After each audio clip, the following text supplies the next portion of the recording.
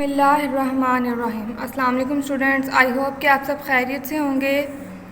आज हम अपने लेक्चर में क्वेश्चन नंबर 5 करना है, जो हमने लास्ट लेक्चर में नहीं किया था। लास्ट लेक्चर में हमने क्वेश्चन नंबर 3, 4 और 6 किया था और मुझे पूरी उम्मीद है कि आपको वो क्वेश्चन समझ आ गए होंगे और आपने उनकी प्रैक्टिस भी की होगी। ठीक है, so let's start from question number 5।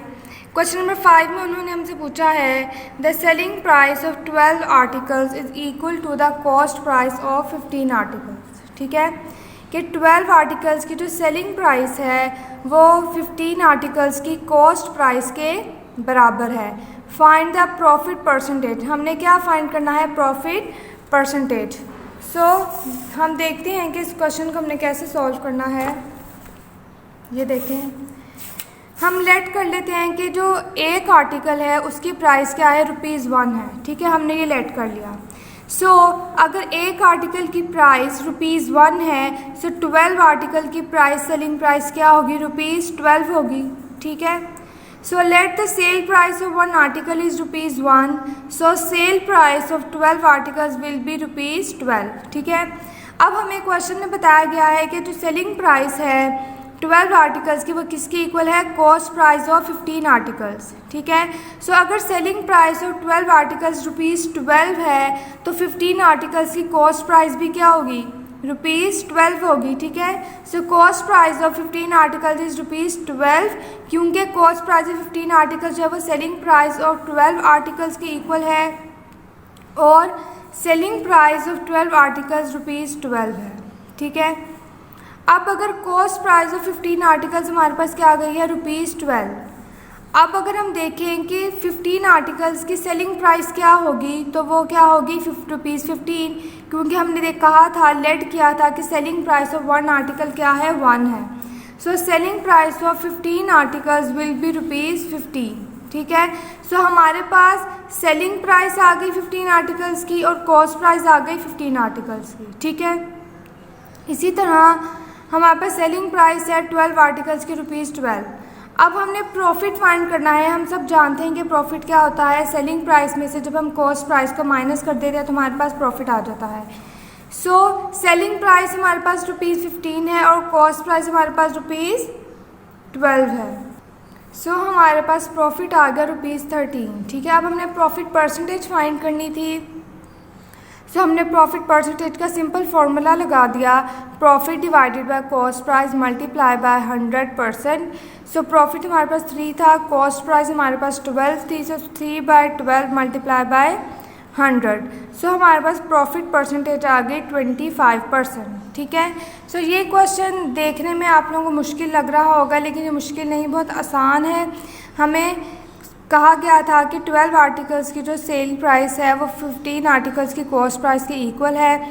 हमने सिंपल क्या किया, एक आर्टिकल की प्राइस को लेट कर लिया कि selling price of one article ₹1 है, तो सेलिंग प्राइस ऑफ 12 आर्टिकल्स हमारे पास होगी ₹12। और इसी तरह सेलिंग प्राइस ऑफ 15 आर्टिकल्स क्या होगी? ₹15 होगी। अब हमें बताया गया था कि सेलिंग प्राइस ऑफ 12 आर्टिकल्स जो है वो कॉस्ट प्राइस ऑफ 15 आर्टिकल्स के इक्वल है, तो कॉस्ट प्राइस ऑफ 15 आर्टिकल्स क्या होगी? हमारे पास ₹12।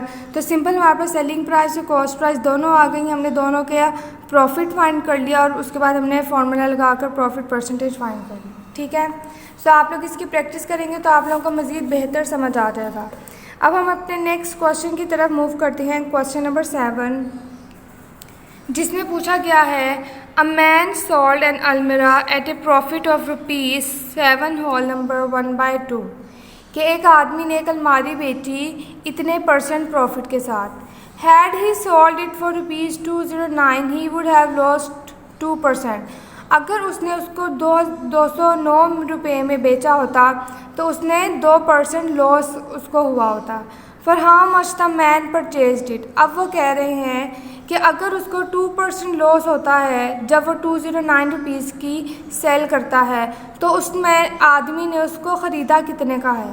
ठीक है, तो सिंपली ये वाली परसेंटेज आपको कंफ्यूज करने के लिए दी गई है। इसका आपके क्वेश्चन में कोई लिंक अमल दखल नहीं है। सिंपली आपको सेल प्राइस दी गई है और आपको लॉस दिया गया है। आपने परचेजिंग प्राइस या फिर आप कॉस्ट प्राइस भी कह सकते हैं, वो फाइंड करनी है।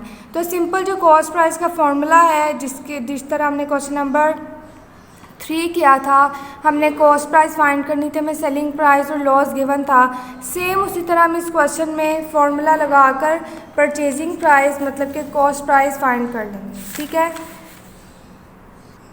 So question number 7, selling price आपको गिवन है ₹209, लॉस आपको गिवन है 2%। आपने कॉस्ट प्राइस फाइंड करनी है या फिर आप परचेजिंग प्राइस भी कह सकते हैं। सो कॉस्ट प्राइस का फॉर्मूला होता है 100 multiply by selling price divided by 100 minus loss percentage.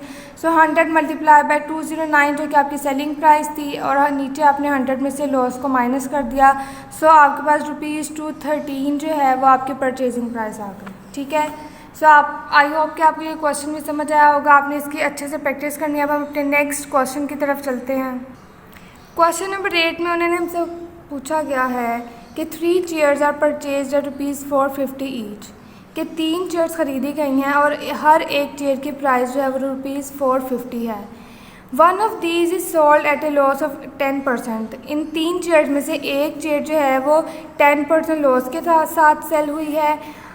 आगे वो हमसे पूछ रहे हैं कि at what price should the other two be sold so as to gain 20% on the whole transaction, कि बाकी 2 चेयर्स कितने की बेची जाएं कि आपको तीनों चेयर्स पे 20% प्रॉफिट मिल जाए। ठीक है, कि एक चेयर पे आपको 10% लॉस हुआ है, सो 2 चेयर्स जो है वह कितने की बिकेंगी कि आपको तीनों चेयर्स के ऊपर 20% प्रॉफिट मिले।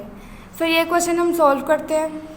सबसे पहले हमने क्या किया, cost price of each chair is ₹450। ठीक है, हर एक चेयर की ₹450 प्राइस है, तो तीनों चेयर्स की कॉस्ट प्राइस क्या होगी, 450 को हम 3 से मल्टीप्लाई कर देंगे तो ₹1350 जो है वो तीनों चेयर्स की कॉस्ट प्राइस है। ठीक है, उसके बाद 1 चेयर पे जो लॉस है वो कितना है, 10% है। ठीक है, सो आप क्या करेंगे, selling price of 1 chair find कर लेंगे जिसके ऊपर आपको 10% लॉस हो रहा है।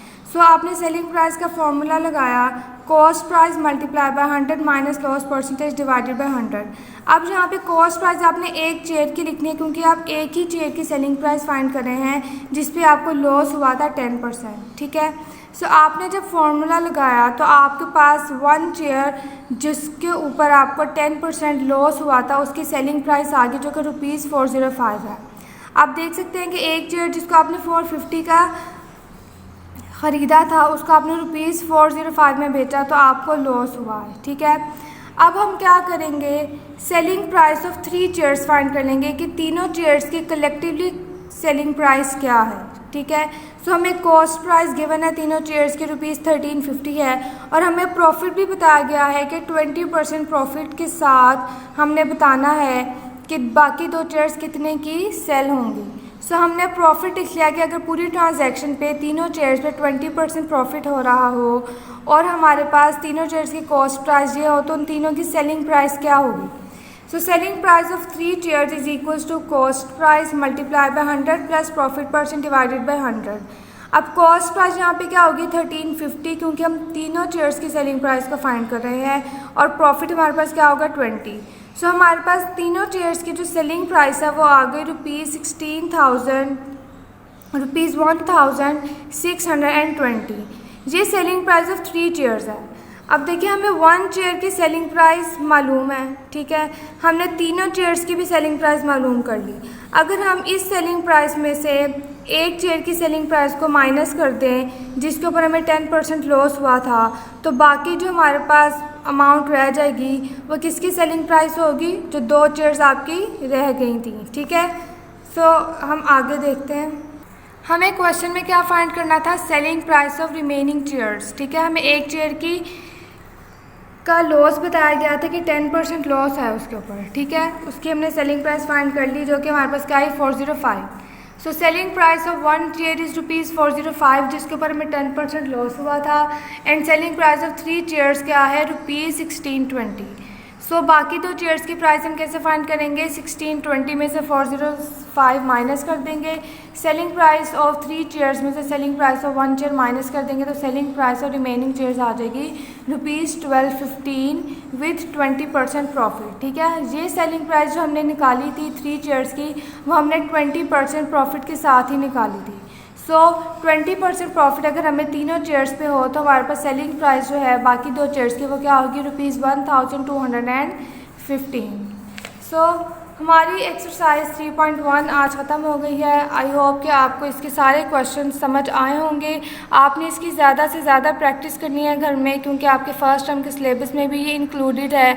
ठीक है, सो आपने अच्छे से इसकी प्रैक्टिस करनी है। इसके अलावा जो आपके फ़र्स्ट टर्म का सिलेबस है उसके अंदर जो आपके चैप्टर नंबर 1 है, 2 है कंप्लीट। ठीक है, जो चैप्टर नंबर 3 है उसमें से सिर्फ 3.1 आएगी, लेकिन जो इसकी रिव्यू एक्सरसाइज के MCQs हैं वो सारे आएंगे। ठीक है, सो आपने उन MCQs को, सारे MCQs को करना है, क्योंकि वो आपके लेक्चर में आएंगे, आपके फ़र्स्ट टर्म के एग्ज़ाम्स में आएंगे। ठीक है, अब हम अपने नेक्स्ट लेक्चर में इंशाल्लाह मिलेंगे नेक्स्ट टॉपिक के साथ। तब तक आप सब अपना ख्याल रखिएगा। अल्लाह हाफ़िज़।